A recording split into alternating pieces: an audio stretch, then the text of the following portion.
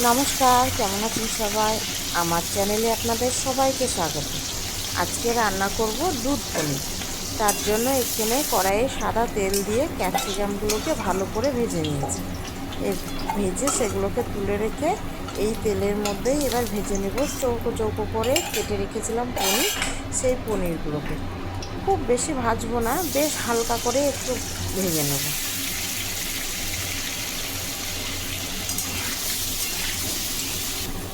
এই দেখুন ভাজা হয়ে গিয়েছে, এবার এগুলোকেও সব তুলে নেব।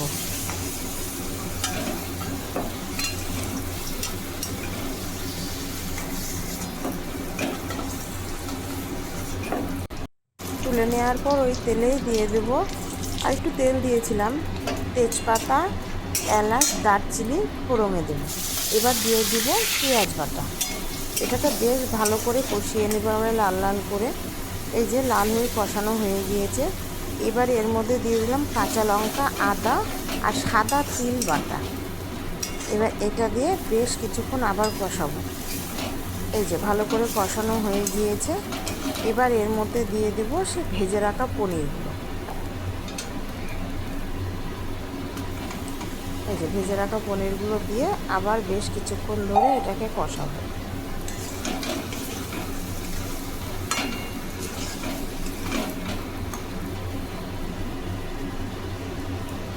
এবার দিয়ে দিলাম গরম মশলা,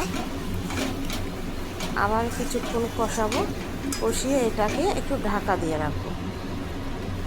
এই যে ঢাকাটা খুলে যে কষানো হয়ে গিয়েছে,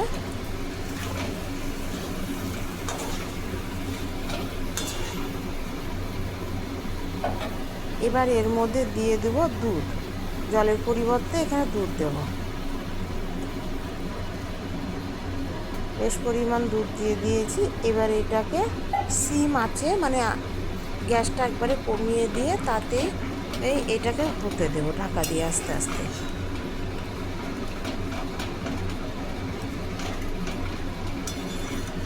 ভালো করে মশলাটা মিশিয়ে নিলাম পনিরের সাথে।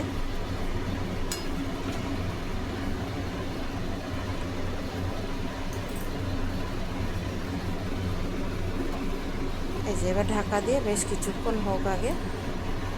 আমি না লবণটা দিতেই ভুলে গিয়েছি, এবার লবণটা দিয়ে দিই। আর পরে দিব একটু সুগার ফ্রি। যারা চিনি খান তারা চিনি দেবেন।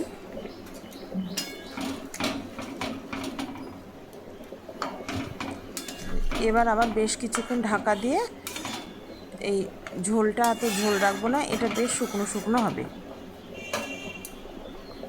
এই যে এবার একটু সুগার ফ্রি দিয়ে দেবো, খুব বেশি দিলাম না, পনির তো একটু মিষ্টি মিষ্টি ভালো লাগে।